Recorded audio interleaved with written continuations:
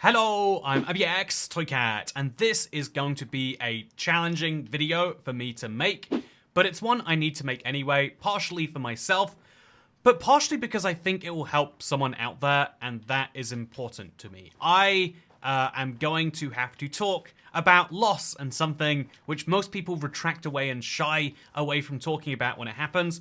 But also, I'm very aware, as someone who has perhaps one of the generations raised by YouTube, that sometimes hearing someone else go through something is one of the best preparations for when it might happen to yourself. And so, although I don't hope this happens to anyone out there, I have recently gone through some loss. For those who are unaware, my mother recently passed away a solid 6 months ago now, and now I believe enough time has passed. Man, the rain is coming in perfectly dramatic timing, huh?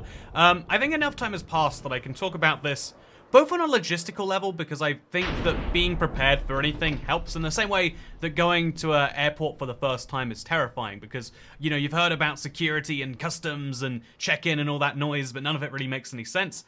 I think the same is true for funerals, and I was very blessed and lucky in my life to not have to know about how funerals work for the first 27 years or so, and then had to go kind of on the deep end very quickly. So I want to talk a little bit about funerals, a little bit about the whole process and what it means to lose someone, and then partially about how it's been and what it is like. And during that time, I'll be mining this mountain for some packed ice. One of my goals ever since, 1.18 came out was to mine a mountain, and it turns out I need a lot of ice, so I'll be mining a lot of this as my casual Minecraft activity, because Minecraft and especially big tasks like this are some of my favorite things to do while I'm mentally processing or thinking about things, because Minecraft has been met for me in a major way, and hopefully this video is there for you in a similar way. But first things first, let's, again, the very brief dynamics of it is my mother passed away incredibly unexpectedly, the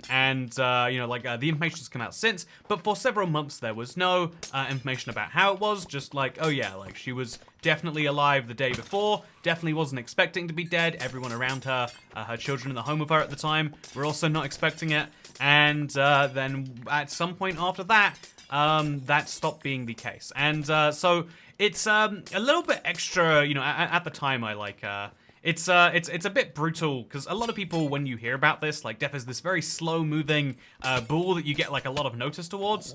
But this was a big reminder to me that it's not. You don't get a huge amount of warning. There's not like a ticking clock that suddenly starts going. It's not like an alarm where it's like, in 5 minutes we'll wake up. It's like, no, this thing has happened, you deal with it. I got a phone call that I assumed was a joke, but it was very real, saying that my mother had passed away, and kind of from then on, it was like immediately like, what do we do about this? Thankfully, I have some close family members. I have some aunts, I have a brother, the way we could speak about these things together and plan it all.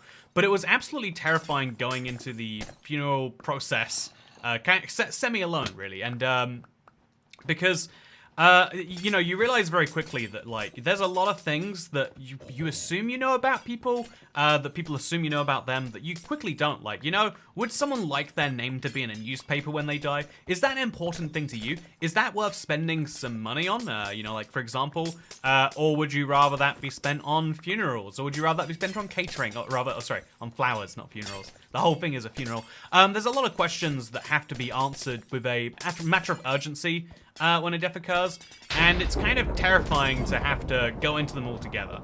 I'm usually annoyed by rain and snow in Minecraft, but today it's fitting the mood very perfectly, huh? And so I feel like we handled most of the questions pretty well. It was a nice enough funeral day. There's a few things I look back on and I'm like, this is definitely just a thing that people do for funerals. Like I look back at the idea of like a private, you pay like a fixed amount for a limo to pick you up, and it's like, to me that feels a bit like the American version of prom, where it's like, I've got to be picked up to prom. It felt a little bit like that, but I mean, like, it's all about what the person who's deceased would have wanted and what the survivors around would have wanted to. But anyway, the whole process was a really intriguing one to me, as someone who hadn't gone through it, having to be right there at the front.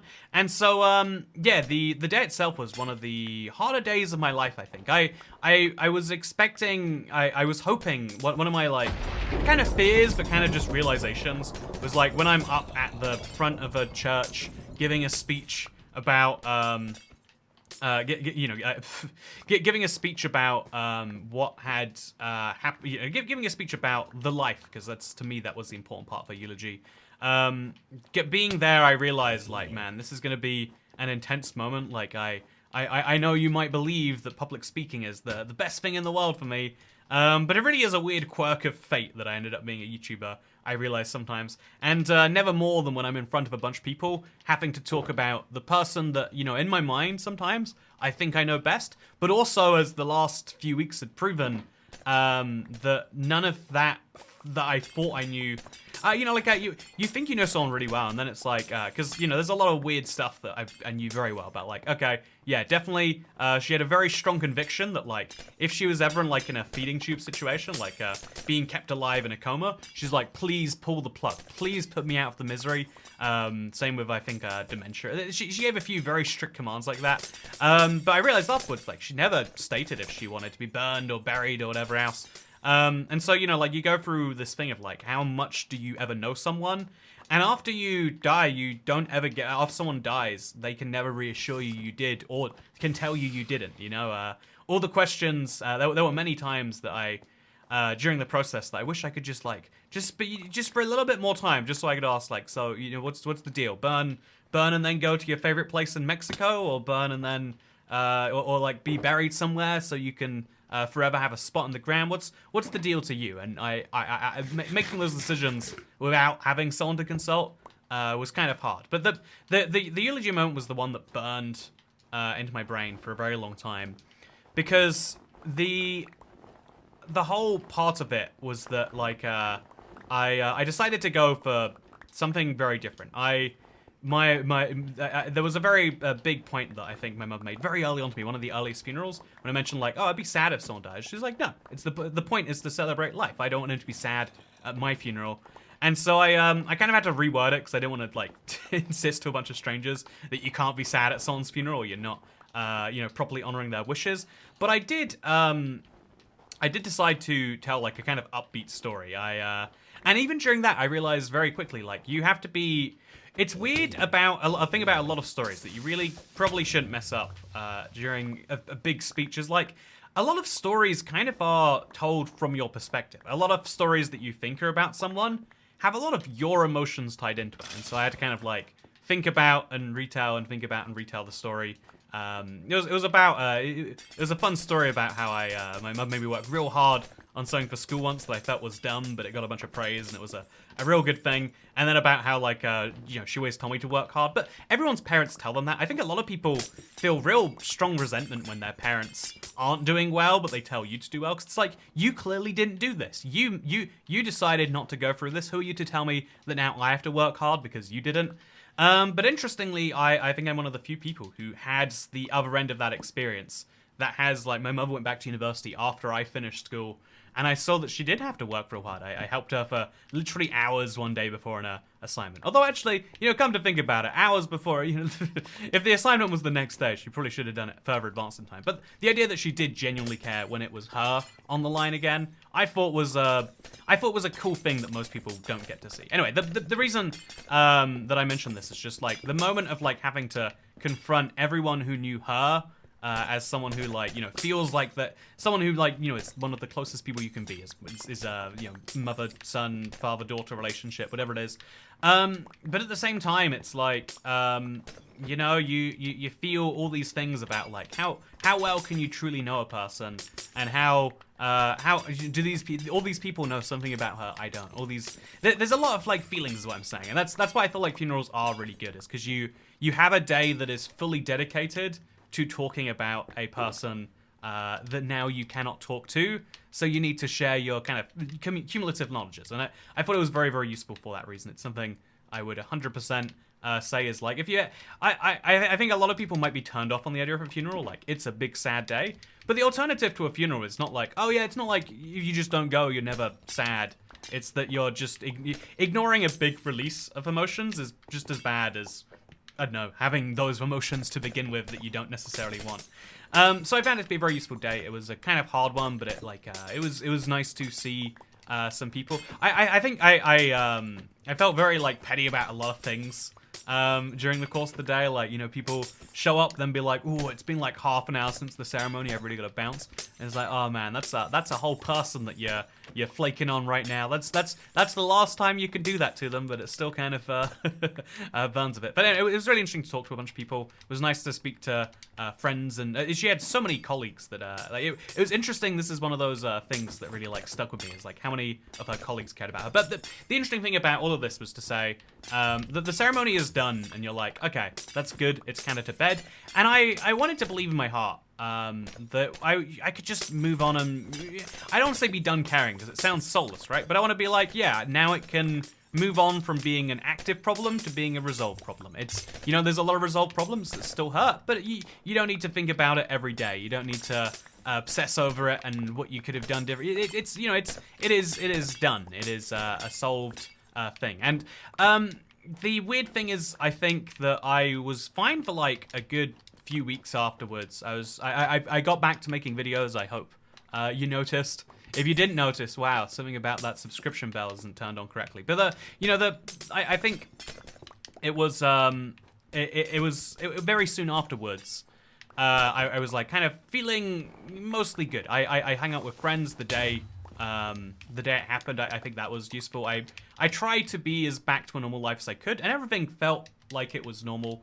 But then, like, afterwards, I'd have, I'm professional. I think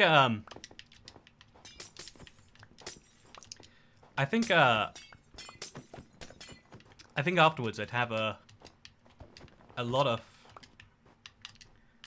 I don't know, there's a weird thing about a relationship you don't see every day is odd because the day-to-day life won't change. If the vast majority of people in your life you don't see daily, whether that's friends, extended relatives, whatever, but you probably are still pleased to see them when you do see them. I've learned from seeing certain family members that I had a very idealistic view of family. I think a lot of people's families hate each other and despise each other guts.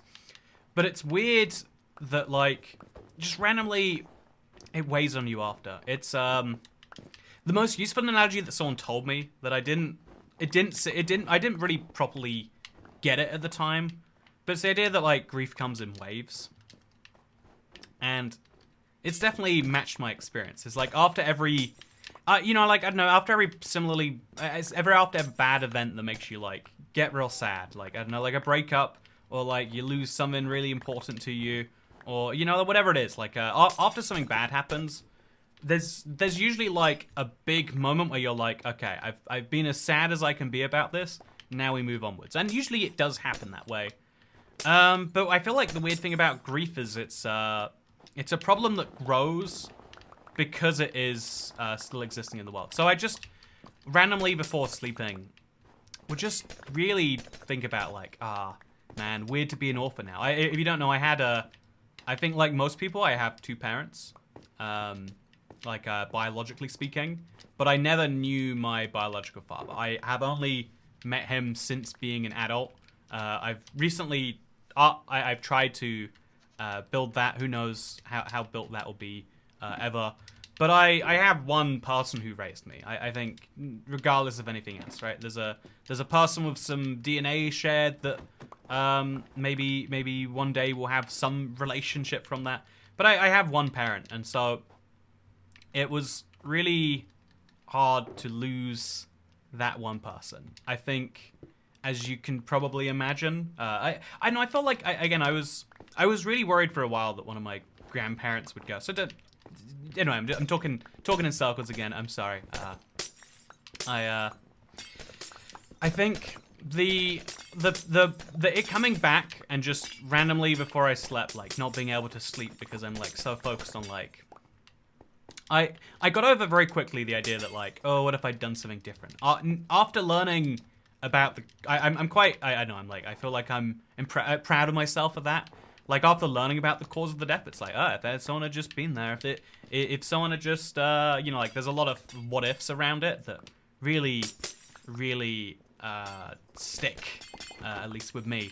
But I've stopped thinking about it on that level, but it's like, man, I wish I'd made more of the relationship. Well, we could have. Every now and then there's something exciting that I want to share. Can't share it. There's stuff like that where that's why it's always gonna reverberate. It's not a normal loss in that it's not a normal bad thing in that it's like, well, it's done, but it's repairable or whatever. It's like, it's the end of a thing. And I think that's the weird thing about grief, I guess, in a weird way, about loss. And it also kind of hurts in a way that it's like, man, I would describe myself as being kind of, this is about, to talk about myself, because ultimately it's about, I'm talking about a person that you'd otherwise never know. But I would describe myself as being like kind of, I don't know, like, not pain averse, but like emotionally pain averse. I think some people will call it like rejection sensitivity, but like, if I'm hurt emotionally, a lot of people get mad. I just kind of back out of a scenario. I'm like, oh, not involve myself with this. I think what I would define, a lot of people call it like introverted or like, I don't know, the other word is neurotic. It's like sensitive, whatever. It's like really just like negative stimuli really hurts. Where most people, if you say like, oh yeah, I didn't really want you to come, you're not really welcome here or whatever it'd be. Where most people be like, oh okay, they'll be like, ow, ow, ow, you know, something like that. And so yeah, I think that's like a thing that I'm like accidentally doing to myself, and that I will continue to accidentally do to myself as a result of someone not being there. I can make up scenarios that can't be made better. I can have thoughts about things I'd love to share. I went on a cruise for the first time in my life. I kind of wanted to. It'd always been a thing I wanted to do with my mother. She's very she was always very into the. So I said was, but it was she was always very into. Gotta get your. You know how like you have to get pronouns right. It's a similar thing for tenses. Gotta make sure I get the tenses right. It'd be inappropriate to talk about someone in the wrong tense. Like if you say was about me, it's like I'm still here. Don't you dare act like I'm dead. But when I die, don't you dare act like I'm alive. Except when you watch the video that goes out after I die. That's still a thing that's happening, by the way. It will be spooky. I feel like it gets like a...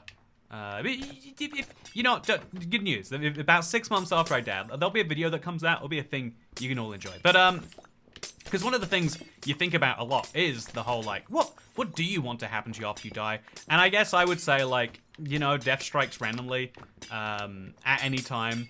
Even the people who get to prepare probably don't get much time. You get like, yeah, a few days or a few hours or if you're lucky, a few months. But you still get to watch someone decline during that time. You don't get the person. Most of the time that you're aware you're dying, you're already 80% of the way there by the time you realize, you know? It's a brutal thing about life, but it's a reminder that you need to think about and care about these things. And also, that something I've said forever, but I really had to double down on, was people just say like, oh yeah, we'll do that sometime. And, you know, like this once in a lifetime ideas, you know, like, in my mind, if you plan something for more than a year away, without any fixed commitment, like a specific time and date, or a specific, you know, like you haven't booked something that costs money of a non-refundable deposit, something, if you haven't done that, you don't seriously intend to do it. And, yeah, my mother was always a person to be like, yeah, F it, let's go on the holiday, let's make it work. And so one of the sad things is I always intended to, I felt like a cruise would be exactly her thing. She loved the laid-back, all-inclusive style holiday. I figured, oh, so therefore would love a boat. It sounds like, she was always very cautious about it, so I was like, I'll go on one first, and then I'll let you know. And so it was kind of a sad thing recently to be like, I should tell her about how great it is. It is exactly for her. It's like, there's no person to tell. I would imagine it's a more of a concept. I've got to explain that to at this point. And so, I think I'd like to say that actually, Internet.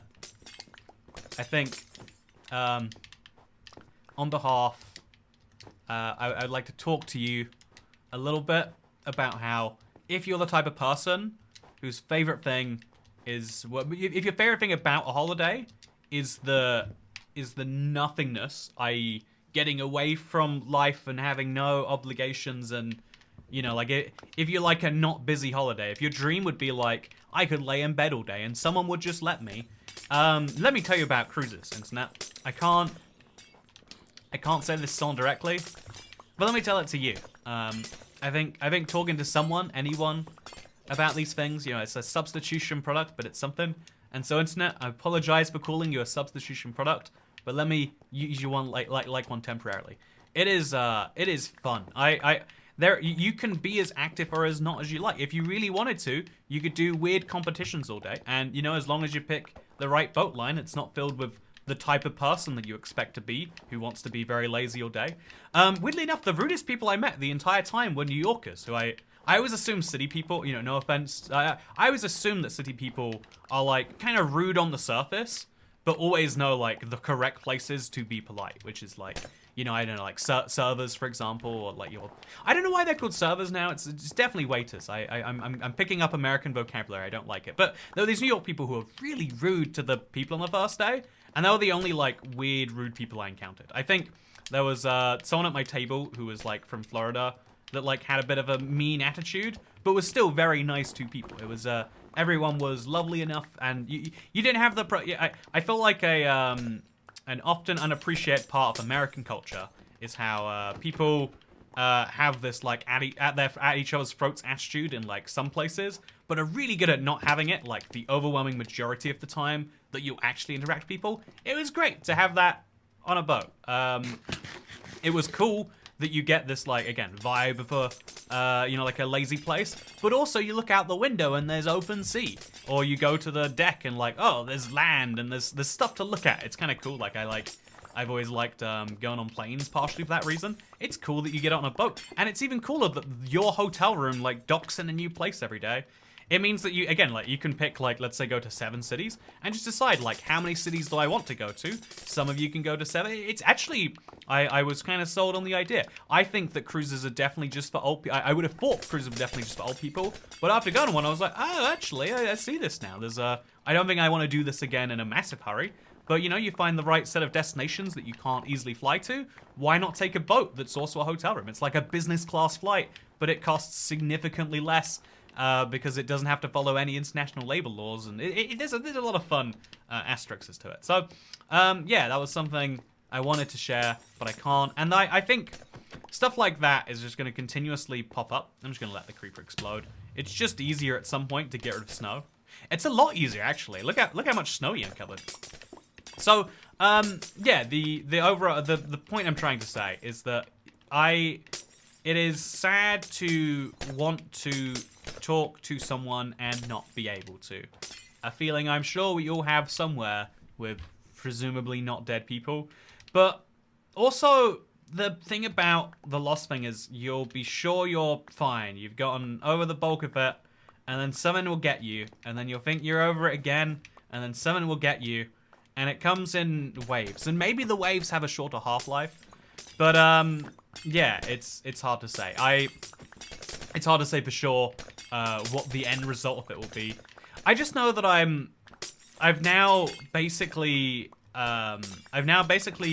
been able to resume everything from before, and the thing I'm really taking from everything, again, I think the nice thing, the thing that helps the most is trying to take something from it. I think a kind of sad but common thing is when bad things happen in your childhood, you have to justify them, right? You have to, it has to be, I've said this before, and I genuinely believe it, even though I know it's probably a coping mechanism, but growing up poor, so much better than growing up wealthy, if you are then later going to become wealthy, right? Because wealthy people who grow up wealthy and then are wealthy, it's like, oh, yeah, it's like when I was younger, but now I'm working for it, and okay, that's fine. If you grow up wealthy and then you start living poor, it's like, oh yeah, life is so great, except it's worse than when I was a child in every conceivable way, and it's gonna be that way until I die.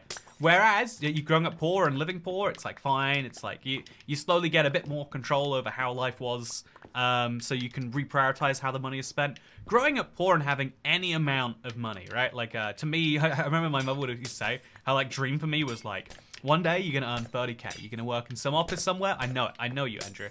And it's kind of sad. Yeah, I didn't get that one done for her, but I hopefully. She was very proud of me anyway, from what I learned from her colleagues. You know, a little moment there. But the thing I think is really useful is when someone dies, to kind of get to take some lesson into life with you, because that lesson is the remnants of their legacy, right? That the lesson that you take from someone not being here anymore is at least giving some meaning, some value to it. In the same way that I genuinely do believe that growing up poor was much better for my life now. There are moments I regret in it. There's moments in my childhood I regret and have been to a therapist for, and there's a lot of that in there, right? That's part of why I think a lot of it's a struggle. Is like everyone has to pretend when someone dies that the relationship was always perfect all the time. You can't have the, oh yeah, it was actually pretty strained in these ways, because, you know, they're dead. It's not the time for that. But also, I want to, you know, be clear that, oh, so we've got too much snow in here, so we'll just make a whole snow one, and then we'll use one for ice. But yeah, just to be clear here, I do think that it's okay to have more complicated relationships than person was a saint or person was a villain. Do I have blue ice in here or just packed ice? I think I picked up some blue ice earlier, right? Did I not? Did I? It makes sense that you can't find blue ice here, but I was sure I did. Also, at some point, I'm going to get hit by one of these goats. It's going to be good. I'm going to get a goat horn. It's going to be wonderful. Feel free to ram me whenever you want. I'll just keep mining your biome until you do. Anyway, I think, like, death removes the space for complexities because you have to summarize people real shortly.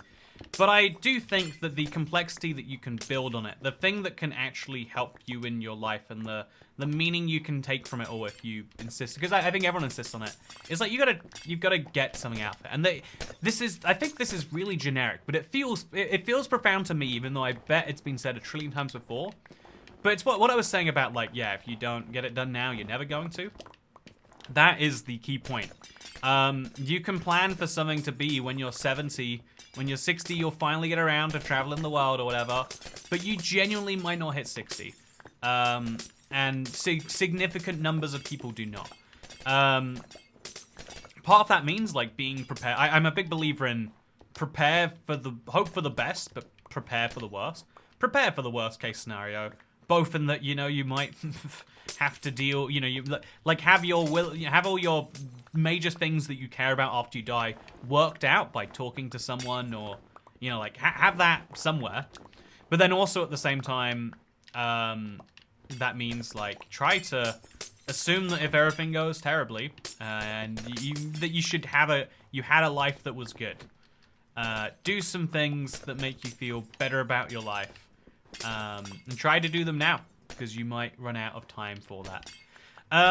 That is the lesson I've taken. I think everyone comes to their own conclusion. I think for some people it might be more direct, but the idea is the same regardless. I think my mother always struggled with finance. One of the messy things about it is, like, for a lot of people, I don't know how to say this politely, but for a lot of people, a death is a bittersweet. It's terrible because you lose someone. But, you know, like, you have a wealthy great uncle die, and now someone that you used to see once every 5 years isn't there anymore, and that's sad.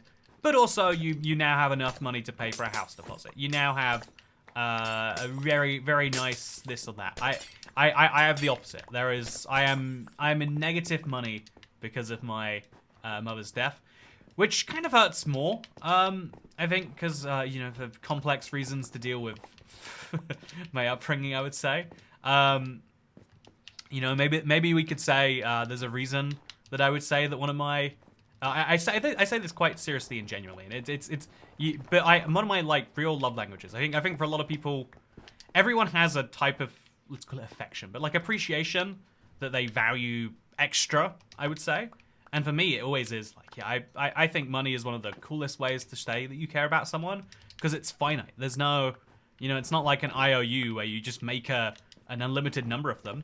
There's only so much money you can give. That's why you have to, when you're dead, give it away to people. That's why even when it's a great uncle you don't really know, you might end up with a ton of money. And so, you know, like as sucks as you know, as much as I think it sucks to like be on the negative end of that. I think the interesting part of it, that was weird. My controller randomly pressed the pause button and then wouldn't. It's fine. As much as it sucks to be on that end of things, it is also something that puts me in the situation to be like, yeah, this is why you know, like, but sorry, my point was to say with all of that was that, yeah, like, a lot of like our times and our advice and all the stuff that I worked with is like trying to help her like have finances in order, like etc. etc. But actually going out with negative sucks for like people around you if they're looking for a payday. But that's not my most important thing. I don't think that money would have made any death significantly better. When it's this close by, it would have just led to a few more fun things along the way, right? But I think what is interesting about it is that actually that was the ideal amount of money to have to go if you like spending money, right? If you like spending money and you die with $1 million in the bank, that's $1 million of fun things you could have had. But now, you know, relatives around you are just using it for boring things like house deposits. Or, you know, I don't know what else you buy with inheritance. But yeah, I started to think about it and I was like, yeah, actually, you know, I really have. Do I have my bed on me? No. Oh, I do, rather. Let's, alright, in fact, there's a village right here. Let's go sleep in a real house with a real villager in it. And we'll leave the bed for future me. But yeah, the overall thing I took from it is that everyone needs, like, a purpose and meaning.